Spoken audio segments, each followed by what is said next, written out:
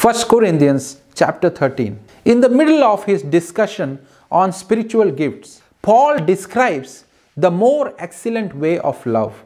Chapter 13 is actually a part of a larger section focusing on spiritual gifts. This chapter must be studied in the context of the rest of Paul's letter in Corinth. This is not an independent hymn on love. Paul wants it to aid their character formation. Hence, this chapter needs to be linked immediately with Paul's discussion of spiritual gifts in chapter 12. Paul at first emphasizes the importance of love in verses 1 to 3. He spells out that Christian life without love is nothing. Without love, gifts are nothing. It is important to note the principles given in the first 3 verses. The first principle, without love, spiritual gifts are nothing. 1 Corinthians chapter 13 verse 1. If I speak in the tongues of men and of angels and do not have love, I am only a resounding gong or a clanging cymbal. The result of not using spiritual gifts in love is that others are offended. Important lesson. When spiritual gifts are exercised in love and not in a competitive spirit, the body of believers are edified. Principle number 2. Without love, I am nothing. 1 Corinthians chapter 13 verse 2. If I have the gifts of prophecy and can fathom all mysteries and all knowledge, and if I have a faith that can move mountains but do not have love, Paul says, I am nothing. Paul maintains those who use gifts of speaking in tongues without the controlling motive of love is useless. Paul is using a rhetorical hyperbole in this passage. He says, faith which moves mountain. The impact and value of these gifts is diminished when love does not flow from our life. An important lesson. All spiritual actions without love are meaningless. God cannot use the loveless Christian for His glory even if he is gifted with prophetic speaking. Principle number 3. Without love, I gain nothing. 1 Corinthians chapter 13 verse 3.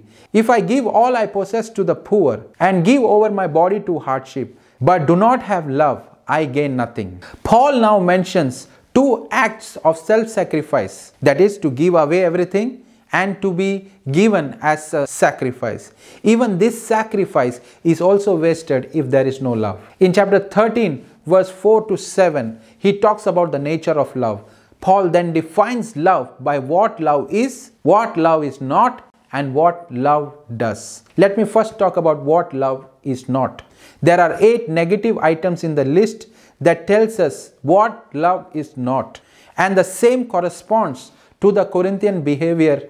The 8 nots are in chapter 13. Love does not envy. Love does not boast or does not parade itself. It does not become proud or is not puffed up. In verse 5, it does not dishonor others or does not behave rudely. It is not self-seeking or does not seek its own good. It is not easily angered or is not provoked. It keeps no record of wrongs or thinks no evil. Verse number 6, love does not delight in evil or does not rejoice in iniquity. What love is? Paul mentions love's positive qualities. In verse number 4, he says, love suffers long. Love is kind.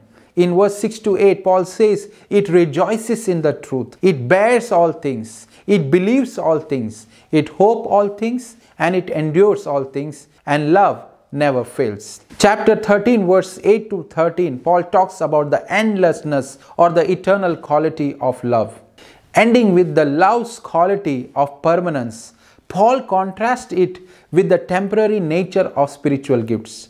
Paul then mentions 3 gifts at the top of the list of priorities: tongues, prophecy, and knowledge. Though such gifts fulfilled an important function, each of these will either become irrelevant or else will be swallowed up in the perfection of eternity.